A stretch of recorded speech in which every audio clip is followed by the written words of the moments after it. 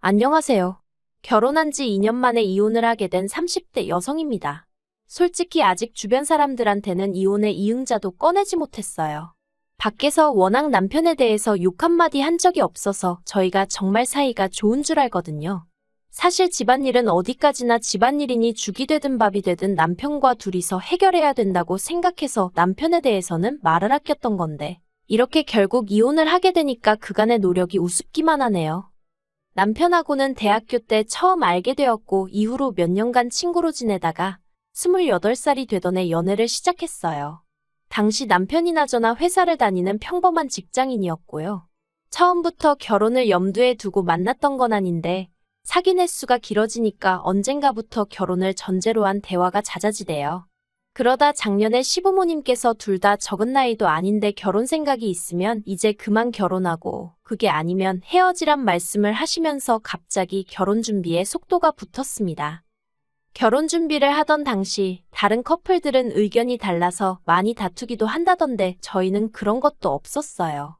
남편은 평소에도 제 의견을 존중해주는 편이었고 저는 저대로 좋은 게 좋은 거라고 딱히 고집을 부리는 성격이 아니었거든요.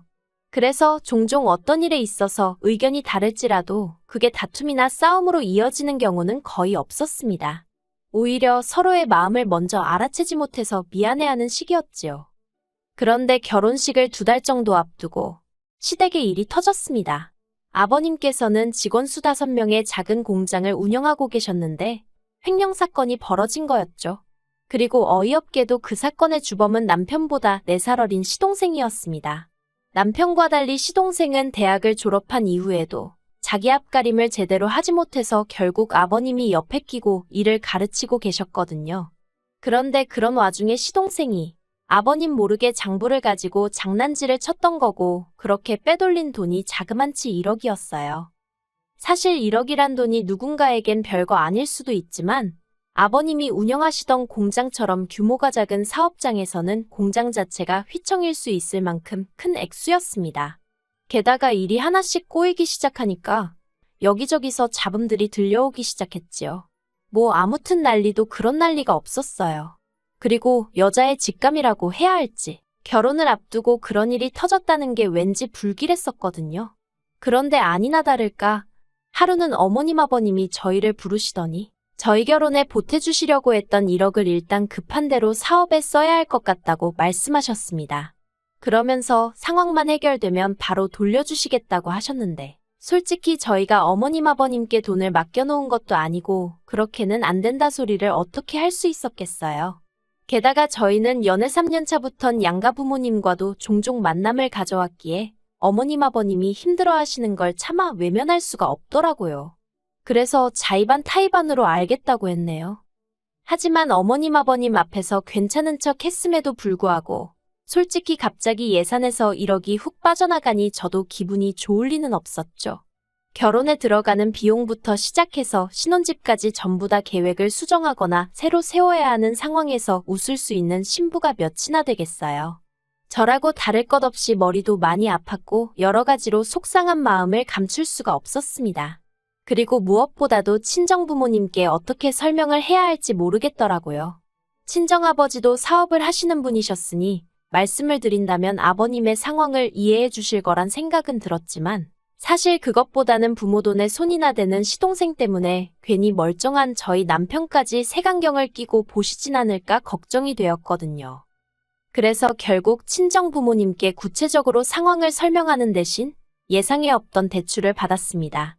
다행히 제가 다니던 회사의 직원들을 대상으로 저금리로 대출을 해주는 제도가 있어서 그걸 활용했어요.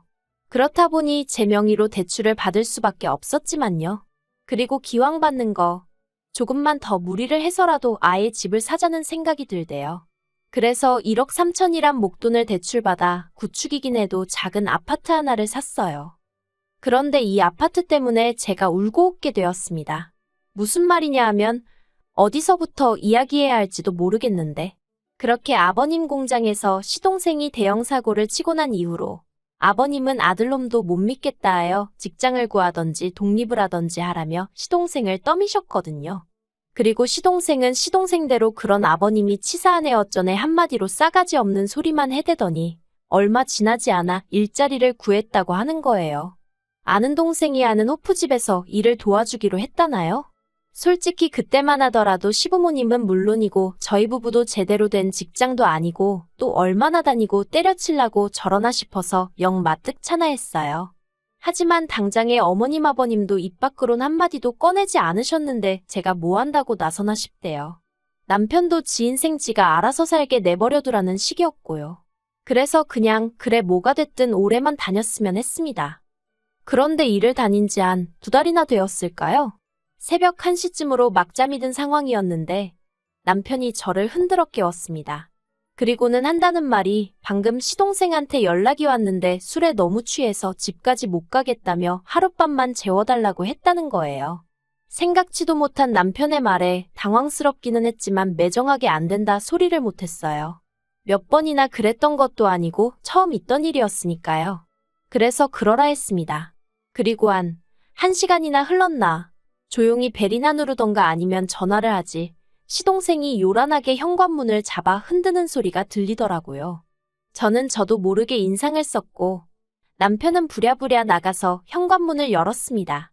그리고 그렇게 집 안으로 들어온 시동생은 정말 고주망태가 돼서는 남편에게 하소연을 늘어놓기 시작했어요. 나이도 어린 게 사장이라고 이래라 저래라 하는데 언젠가 가만두지 않을 거라면서 자기가 왜 이렇게 고생을 해야 하냐고 아버님이 원망스럽다는 뭐 그런 얘기들이요. 근데 솔직히 제가 듣기에는 다 자업자득이다 싶었는데 남편은 그래도 자기 동생이라 그런지 안쓰러웠나 봐요.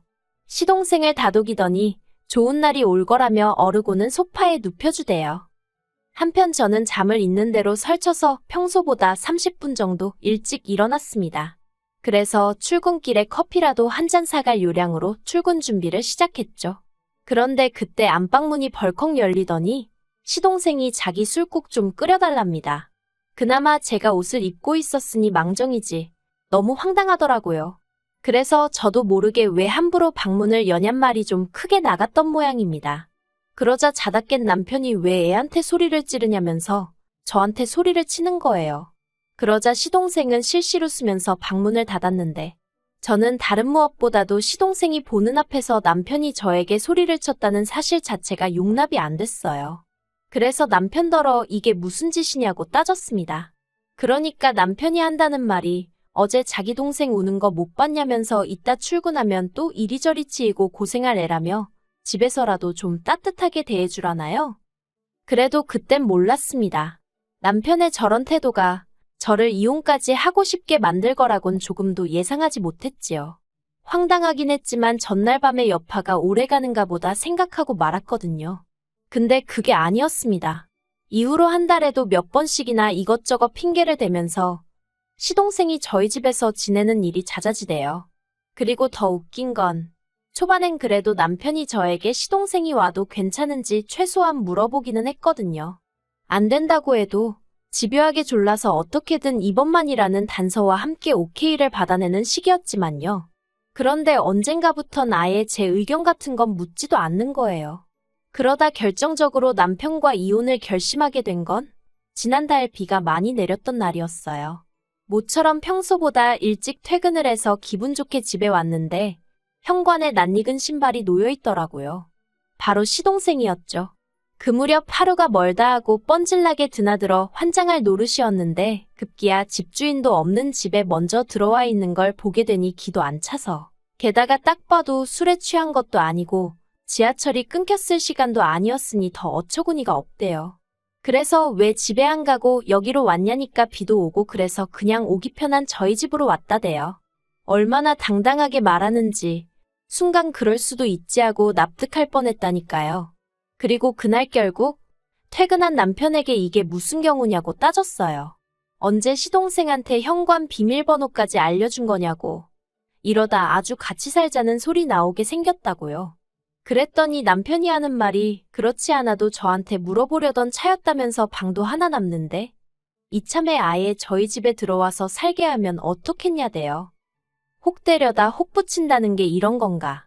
이번 기회를 통해서 더는 멋대로 드나들지 못하게 확실히 선을 그어야겠다 생각하고 남편하고 이야기를 시작한 거였는데 남편은 오히려 같이 살자는 이야기를 하고 있으니 정말 어이가 없었어요. 그래서 제가 같이 살긴 누가 누구랑 같이 사느냐고 절대 안 된다고 했죠. 그랬더니 밖에서 시동생이 엿듣고 있기라도 했던 건지 현관문이 쾅 닫히는 소리가 나더라고요. 그리고 그 소리를 들으니 지분에 못 이겨서 현관문에 화풀이 하는구나 싶은 게 괘씸하기 짝이 없는 거예요. 누가 오라고 사정을 한 것도 아닌데 지멋대로 와서는 왜 남의 대화까지 엿듣고 기분이 나쁘면 나쁜 거지 어쩌라고 지 성질을 부리나 싶은 게 도저히 이대로 그냥 넘어가선 안 되겠다 싶더라고요. 그래서 남편더러 당신도 방금 듣지 않았냐고 저런 성질머리를 가진 인간하고 나는 못 산다 했습니다. 그랬더니 남편은 남편대로 저더러 서운하다 어떻다 하면서 이제 한 가족이니까 저한테는 남동생이나 다름없지 않냐면서 처남이랑 나이도 같은데 왜 자기 동생한테만 그렇게 야박하냐대요. 그래서 제가 내 동생이랑 네 동생이랑 같냐고 소리를 찔렀어요. 내 동생은 이렇게 경우 없는 짓도 안 하고 당신한테 싸가지 없게 행동하지도 않는다고요. 그리고 차마 입 밖으로 꺼내진 못했지만 솔직히 말해서 시동생이 아버님 회사 공금에도 손을 댔는데 어떻게 믿을 수 있었겠어요? 그리고 그날 새벽이 돼서야 시동생은 또다시 술에 떡이 되어 저희 집으로 왔습니다. 남편은 기다렸다는 듯이 현관을 열어주고 언젠가부터 시동생 방이나 다름없어진 작은 방에 직접 시동생을 데려다 눕히대요.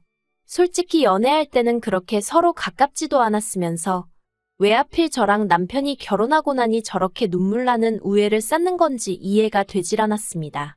아무튼 제가 남편더러 오늘이 마지막이라고 더는 시동생 못 오게 하라고 했어요. 농담이 아니라 진심으로 하는 말이라고 단단히 일러뒀지요. 그런데 퇴근하고 집에 돌아오니 보란듯이 시동생이 거실에서 TV를 보고 있었습니다.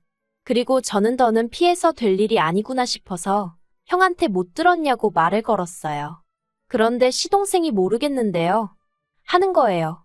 질문과 따로 노는 대답에 아, 이 자식 듣고도 무시하겠다는 거네 싶었고 그러니까 진짜 더는 못 참겠더라고요. 그래서 그냥 대놓고 지금 나가달라고 그리고 앞으로도 여기로 오는 일은 없었으면 좋겠다고 했어요.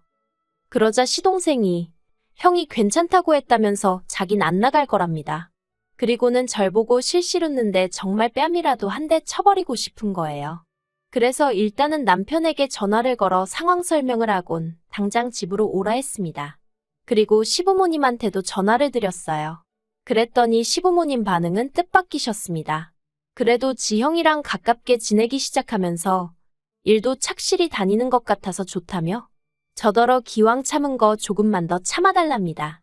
그러다 저같이 좋은 여자 만나서 장가가면 얼마나 좋겠냐면서요. 그리고 그런 시부모님한테 제가 무슨 하소연을 하고 도와달라 소리를 하고 싶었겠어요. 너무 짜증나서 저는 그런 건 모르겠다고 한마디 하곤 전화를 끊어버렸습니다. 그렇게 시동생과 대치 아닌 대치를 하고 있는데 남편이 들어오대요. 남편도 들어오면서 집안 분위기가 장난이 아니라는 것쯤은 금세 알아차린 눈치였습니다. 저는 그런 남편에게 창고에서 가방 꺼내서 당신 짐 챙기라고 한마디 했어요. 그랬더니 남편이 눈을 크게 뜨고는 그건 또 무슨 소리냐면서 그래서 제가 아무리 생각해봐도 내가 왜 이런 꼴을 보고 살아야 하는지 모르겠다 했습니다. 그리고 이 집도 생각해보니까 내 집이나 다름없는데 왜 내가 불편하게 지내야 하느냐고 더는 못 참겠다 했지요.